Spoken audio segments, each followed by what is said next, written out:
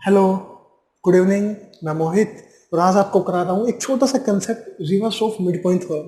इससे पहले मैंने आपको मिड पॉइंट थ्योरम सिखा दी थी, डिटेल से सिखाई थी, कुछ अच्छे अच्छे कंसेप्ट भी सिखाए थे कि पैरेललोग्राम किसे कहते हैं। ठीक है, जैसे आप कहते थे कि अपोजिट साइड्स अगर पैरेलल है तो उसको पैरेललोग्राम बोलते थे। फिर मैंने आपको एक चीज और सिखाई कि सिर्फ एक ही साइड अगर पैरेलल हो और वहां पे भी अगर इक्वल हो तो वो क्या होती है, पैरेललोग्राम होती है। ठीक है क्या? कोई नहीं, ये बात आपने देख ली होगी, सीख भी आप गए होंगे। अब देखो reverse of mid point theorem क्या है, सुनना सीखना। एक बड़ी काम की चीजें हैं, ये 10th में भी आपको काम आता है, 9th में भी तो काम आता ही आता है। ठीक है क्या? और आगे जब कंपटीशन में जाओगे तब भी काम आएगा ये reverse of mid point theorem और मिड पॉइंट थ्योरम। इसको अच्छे से सीखना। ठीक है, कोई डाउट हो तो कमेंट कर देना। ठीक है, जैसे मैंने आपको मिड पॉइंट थ्योरम के बारे में बताया था कि क्या होती है, वैसे मैं आपको reverse of mid point theorem के बारे में बता रहा हूँ। जैसे मान लो यहाँ पे क्या होता है, जैसे यहाँ पे कोई मिड पॉइंट गिवन है, ये एक साइड है ए बी, इसका एक मिड पॉइंट गिवन है। ठीक है क्या? ठीक है। और मैंने अगर इससे कोई एक लाइन ड्रॉ की, ऐसे इस लाइन पे गया, गिवन सुनना, पहले एक मिड पॉइंट गिवन है और ये जो लाइन है ये इस लाइन के पैरेलल में है। सुनना एक बार ध्यान से, ये क्या होगा, मेरे को प्रूफ करना है कि क्या ये यहाँ पे जाके भी मिड पॉइंट पे जाके मिलेगी इस ए सी के पास। समझ आ गई क्या? ये मेरे पास गिवन है और ये गिवन है कि लाइन जो है ये पैरेलल है किसके, बीसी के। मेरे को प्रूफ करना है कि जो जहां पे जाके ये मिल रही है कि यहाँ पे भी ये मिड पॉइंट पे जाके मिल रही है या नहीं मिल रही है। बात क्लियर है क्या? ठीक है, जैसे मैंने कहा था आप ऐसे भी कर सकते हो। देखो ये तो मैं सिंपल वे में सिखाने के लिए ऐसे बना देता हूँ, आप ऐसे भी कर सकते हो। देखो आप कहोगे कि सर मिड पॉइंट अगर यहाँ पे होता तो यहाँ पे ले लो, क्या दिक्कत है, इस मिड पॉइंट यहाँ पे गिवन है। और सुनो ऐसे लिख देता हूँ मैं, ए बी सी। सीखना, अगर मिड पॉइंट यहाँ पे है और मैंने यहाँ से यहाँ पे, अगर ये इसके पैरेलल गिवन है और ये मिड पॉइंट है, मेरे को प्रूफ क्या करना पड़ेगा कि ये जो पॉइंट है इस लाइन का मिड पॉइंट है या नहीं है। बस बात तो वही है, कैसे भी कर लो, आप यहाँ से खींच लो, यहाँ पे खींच लो, कैसे भी खींच लो। बात समझ में आ गई ना? बस ये चीज प्रूफ करना, बस ये बस समझना, चीजें बड़ी आसान है, मुश्किल कुछ भी नहीं है, ये बस सीखने की कोशिश करना, बस ध्यान अपना यहीं पे रखना। तो मैंने क्या कहा, गिवन क्या है मेरे पास, गिवन मेरे पास एक मिड पॉइंट है और जो ये लाइन है ये पैरेलल है इस बीसी के। मेरे को प्रूफ करना है कि क्या ये मिड पॉइंट है एसी का। बात क्लियर है क्या? इसको मान लेता हूँ पी, इसको मान लेता हूँ क्यू। मेरे पास गिवन क्या है, मैं लिख रहा हूँ, गिवन है मेरे पास एपी किसके बराबर होगा, बीपी के। क्यों? क्योंकि अगर मिड पॉइंट है तो जितना ये होगा उतना ये होगा। इतनी बात क्लियर, कोई दिक्कत नहीं किसी को। ठीक है, मेरे पास गिवन क्या है, पी क्यू जो है पैरेलल है किसके, बीसी के। बात क्लियर है क्या? किसी को अगर कोई दिक्कत हो तो ठीक है क्या? ठीक है। अब देखो जैसे मैंने मिड पॉइंट में आपको सिखाया था, मैंने क्या कहा था, मैंने यहां से सुनो, प्रूफ क्या करना है ये भी लिख देता हूं। प्रूफ करना है मेरे को कि Q is the mid point of A C. मैं वैसे लिखता नहीं हूं पर आज लिख दिया मैंने, कोई नहीं, मेरा मन कर गया था इसलिए मैंने लिख दिया, A Q is equal to Q C. मैं आपको डायरेक्ट समझाने की कोशिश करता हूं, मैं लिखने पे कम विश्वास रखता हूं। ठीक है, अब सीखना। मैंने क्या कहा, मैंने एक लाइन, जैसे मैंने पिछले में मिड पॉइंट थ्योरम जो सिखाई थी, मैंने एक लाइन खींची थी, मैंने एक लाइन खींची है, सुनना, मैं लिख दूंगा यहाँ पे, मैंने इसको आगे बढ़ा दिया। सुनना एक बार ध्यान से, इसको मैंने मान लिया एस पॉइंट।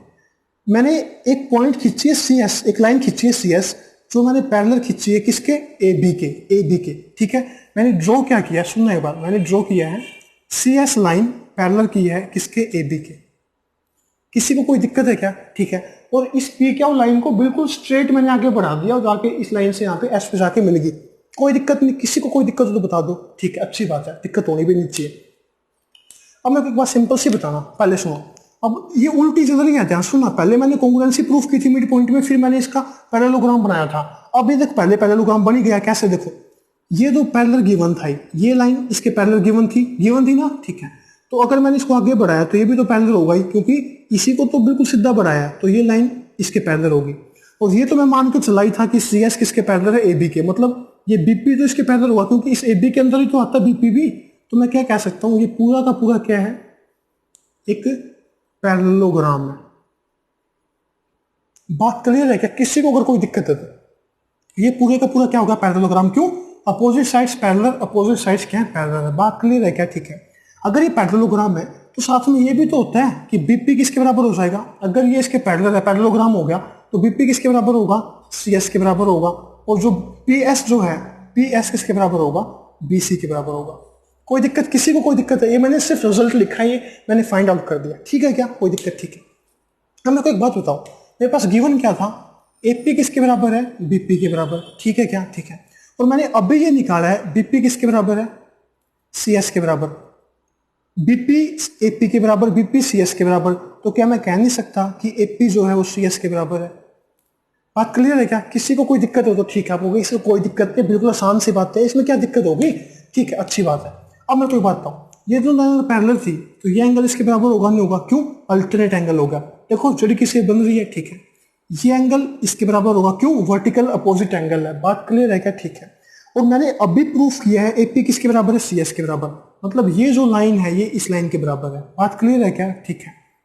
अब बताओ, ये एंगल इसके बराबर, ये एंगल इसके बराबर, ये साइड इसके बराबर, क्या ये दोनों ट्रायंगल कॉन्ग्रुएंट नहीं होगी? किस रूल से? किस रूल से? एंगल एंगल साइड इसको बोलते हैं, इसको बोलते हैं साइड एंगल एंगल बोलते हैं, इसको एंगल, इसको बोलते हैं एंगल साइड एंगल। बात क्लियर है क्या? कोई दिक्कत नहीं है, ठीक है। अगर ये दोनों सिमिलर होगी, ठीक है, तो क्या मैं लिख सकता हूं क्या? क्या मैं लिख सकता हूं? अगर दोनों सिमिलर हो गए तो मैं लिख सकता हूं क्या? A Q is equal to Q C. किससे?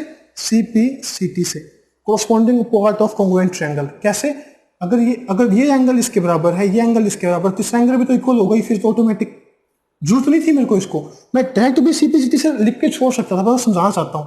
तो इसके सामने का ये साइड, इसके सामने की ये साइड, दोनों क्या होंगे? इक्वल। वही तो मैंने यहाँ पे लिखा है।